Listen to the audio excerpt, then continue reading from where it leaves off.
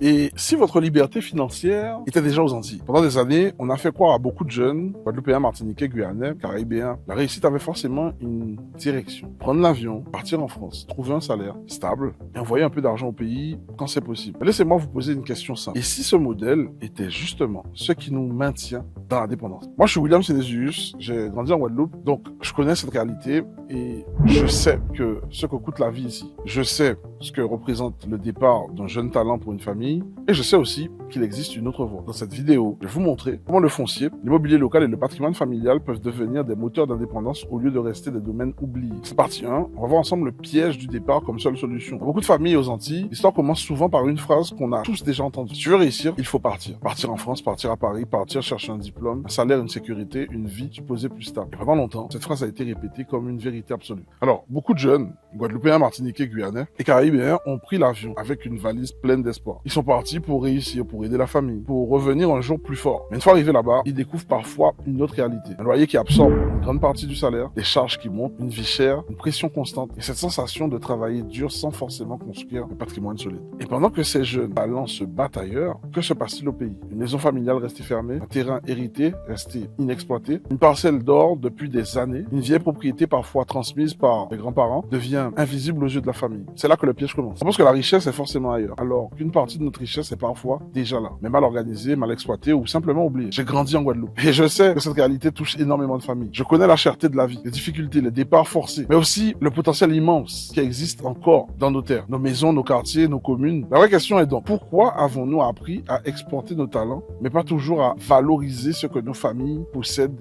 déjà? Gardez cette question en tête parce que la réponse va nous emmener au vrai cœur du problème. La dépendance économique ne commence pas seulement dans les chiffres, elle commence dans la manière dont on regarde notre propre territoire. Dans cette partie 2, on va parler de cette dépendance invisible, bloque la richesse locale. Le plus grand danger, ce n'est pas seulement de partir. Le vrai danger, c'est de partir en croyant que la réussite ne peut venir que de l'extérieur. Et quand toute une génération pense comme ça, les conséquences deviennent profondes. On envoie les talents ailleurs, on envoie l'énergie ailleurs, on envoie les compétences ailleurs, et souvent, on envoie aussi l'argent ailleurs. Loyer en métropole, crédit, consommation, charges, frais de vie. Pendant ce temps, aux Antilles, les biens familiaux restent sous-utilisés. Une maison pourrait être rénovée, un terrain pourrait accueillir un projet, une parcelle pourrait générer des revenus, mais personne ne prend vraiment le temps de la regarder comme un actif. C'est comme si on avait appris à chercher la sécurité dans un salaire, mais pas dans la construction d'un patrimoine. Et c'est là que l'immobilier devient stratégique. Parce qu'une terre bien organisée peut produire du revenu. Une maison bien exploitée peut devenir un levier. Un bien familial bien structuré peut protéger plusieurs générations.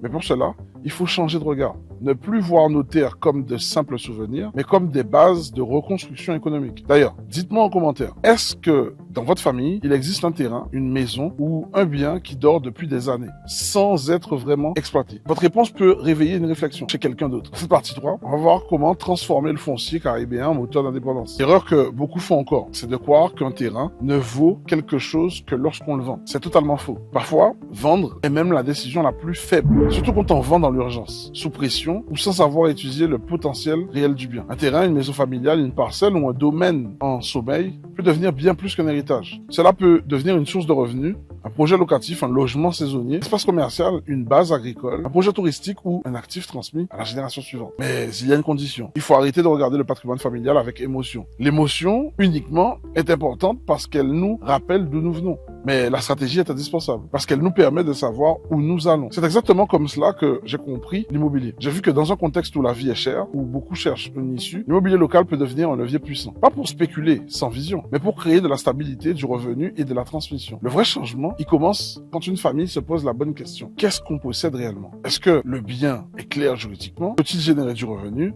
Peut-il être rénové? Peut-il être partagé intelligemment? Peut-il devenir une base pour financer un autre projet? Et c'est là que l'indépendance commence. Non pas quand on fuit son territoire, mais quand on apprend à transformer ce territoire en force économique. Dans la partie suivante, je vais vous montrer les étapes concrètes pour passer d'un bien dormant à une vraie stratégie patrimoniale. Partie 4. Les étapes pour passer d'un bien dormant à une vraie stratégie patrimoniale. Transformer un bien en moteur d'indépendance. Il faut d'abord arrêter de fonctionner dans le flou. Beaucoup de familles disent, on a un terrain quelque part. La maison appartient à tout le monde. On verra plus tard. Mais tant que les choses restent vagues, il faut savoir une chose, c'est que rien ne bouge. La première étape, c'est de faire l'inventaire. Qu'est-ce que la famille possède vraiment? Où se trouvent les biens? Qui sont les personnes concernées? concerné? Est-ce que les papiers sont clairs? Est-ce qu'il y a de la dette? Est-ce qu'il y a des taxes, des travaux, des conflits ou des blocages? La deuxième étape, c'est d'évaluer le potentiel. Un bien peut-il être rénové, loué, divisé intelligemment, exploité, en location longue durée, saisonnière, professionnelle ou familiale? Peut-il servir de garantie, de base, de projet ou de patrimoine à transmettre? La troisième étape, c'est de structurer. Parce qu'un bien sans organisation peut redevenir un problème. Il faut définir qui décide, qui finance, qui gère, qui bénéficie et surtout, quel est l'objectif à long terme. C'est là que beaucoup de familles changent de trajectoire. Elles ne subissent plus la cherté de la vie, elles commencent à bâtir une réponse locale. Elles ne regardent plus seulement la France comme unique horizon, elles regardent aussi la Caraïbe comme un espace d'opportunité. Et la dernière question est celle-ci. Est-ce que nous voulons continuer à laisser dormir ce que nos anciens ont construit? Ou est-ce que nous voulons enfin le transformer en force pour les générations qui arrivent? En conclusion, la liberté financière commence quand on reprend possession de sa vision. Au début de cette vidéo, je vous ai posé une question simple. Et si la clé de votre liberté financière ne se trouvait pas seulement dans un salaire à Paris, mais dans la terre que vous foulez déjà aux Caraïbes? Maintenant, la réponse, elle est plus claire. Le problème n'est pas de partir. Parfois, partir permet d'apprendre, de se former, de grandir et de revenir avec plus de force. Le vrai problème, c'est de croire que la réussite ne peut exister qu'ailleurs. Pendant trop longtemps, beaucoup de familles ont vu leurs jeunes partir, leurs talents s'éloigner,